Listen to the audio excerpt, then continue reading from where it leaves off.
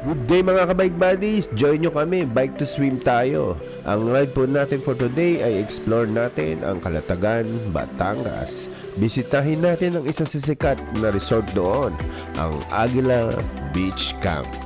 After po natin mag-beach, bibisit tayo sa isang historical landmark sa Calatagan, Batangas, ang Cape Santiago Lighthouse. It is the oldest working lighthouse in Batangas and one of the oldest working lighthouses in the Philippines.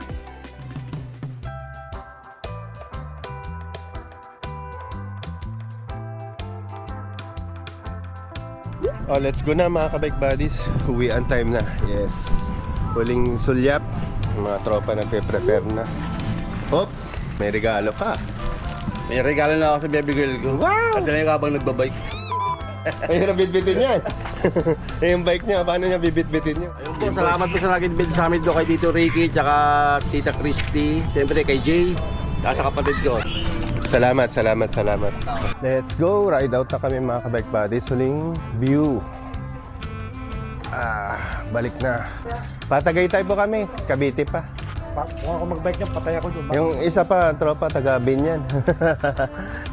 Lawak pa tong resort na to. Ikot tayo. Sama ka na. Pwede boss, magbabay kayo, ako magsasakyan. Yan lang. Check natin sa grid.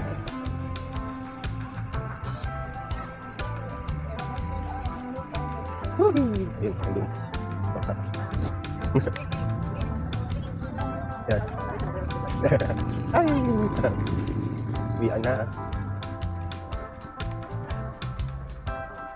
Agad. Pero ang kagandahan dito sa resort na to, along the road lang. You know, ang sunod nating side trip, dun tayo sa Parola, Cape Santiago Lighthouse. Lapit lang yun dito. Lapit yatang 1 kilometro. Pagbaba lang. Then left side. Antok-antok pa kami. Late na kami nakatulog. Ayun o, kitang-kita na dito yung signage ng lighthouse. Magme-mini trail tayo.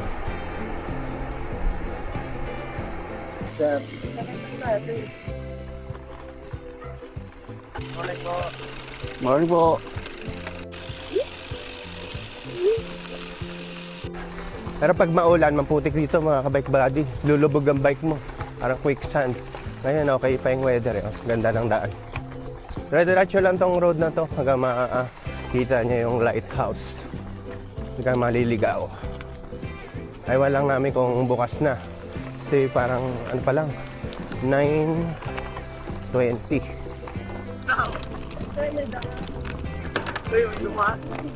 Ayun, nako. Delicates. Yay! Welcome to Cape Santiago Lighthouse. Hi, madam.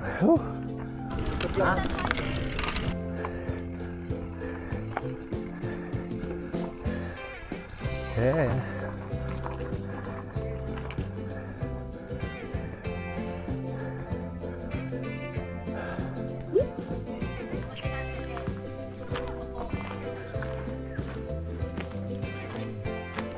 Ay nakabalik din dito sa Cape Santiago Lighthouse sama mga tropa. Ayan.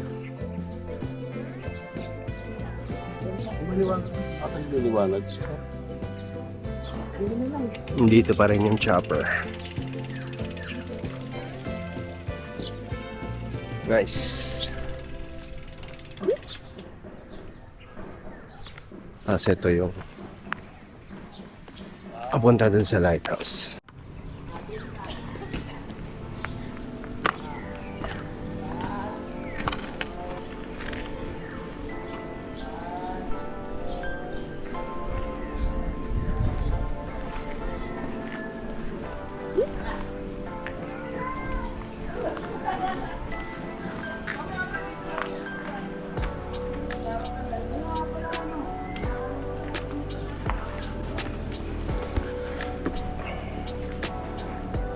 Parang scary.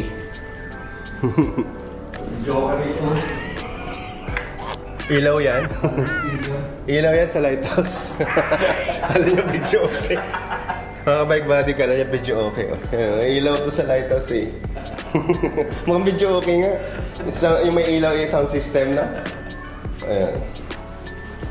Kita na yan dyan. At ibang type pa ito, scratch yun. Scratch. Ang problema, kabike body, sarado na yung paakyat doon sa lighthouse mismo. Dati kasi open yan yung dumalo kami. 2019? Ay ngayon, yung taon na. So, padelikado nang pumasok kasi nga di na stable yung lighthouse. Mahirap naman na bumigay ng doon ka sa taas. So maganda, marami nagpipictorial dito kasi maganda yung lugar. Yan. Tagusan.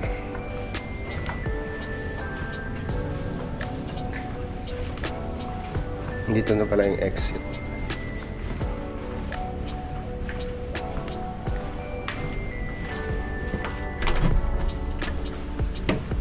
Yes, may exit.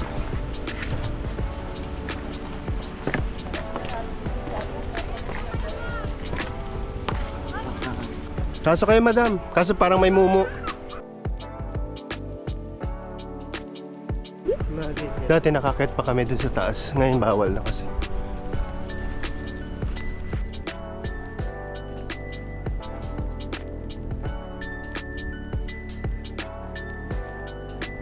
Doon kami galing. Doon sa beach na yon. Yun, yung beach na yon. Doon kami galing.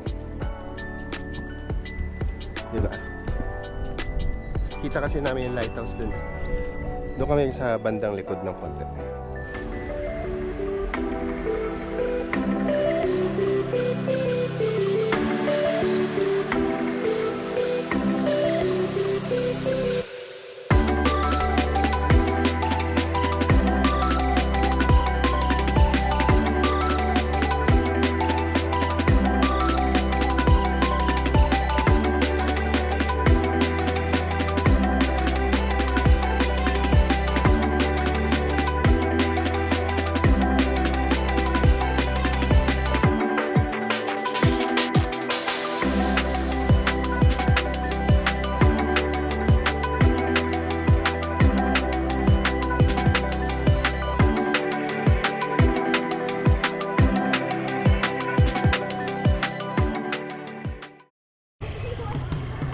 Ride out na, uwian na. Mga bike buddies, let's go!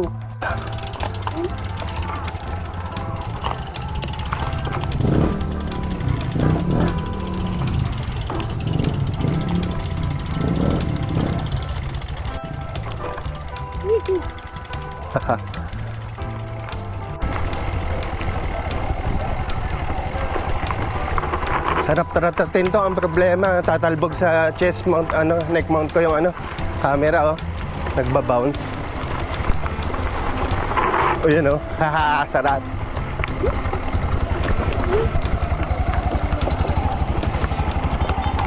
Lapit lang din siya. Distance. Wala dun sa main road.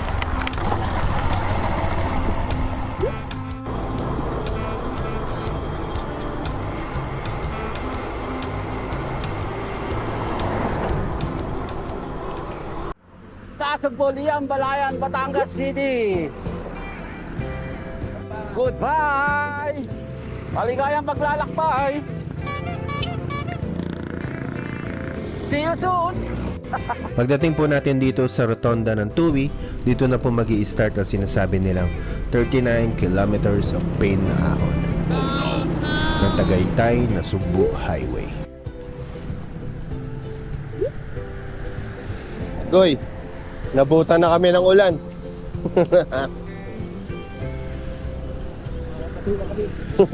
Lamig niya. Lamig niyan, Patagaytay. Trash bag ang formahan. Hey. Matulaw, jump off na. Dito kami dumaan nung papuntang Kalaka.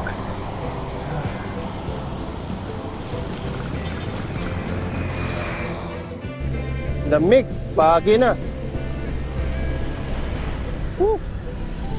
Naabot na yata kami ng bagyo.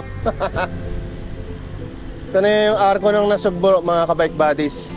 Touchdown. 5:45. Di na makita yung daan, pagi.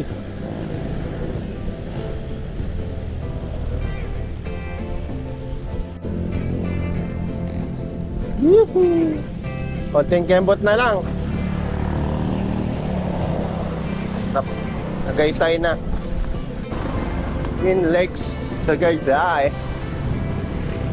Traffic na siya. Grabe lamig.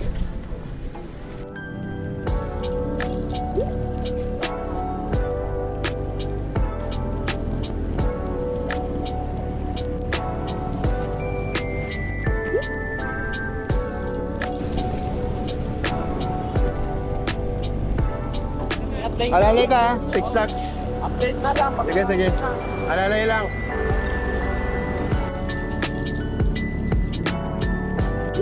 Thanks for watching, mga kabike buddies. Please comment, share, like, and subscribe.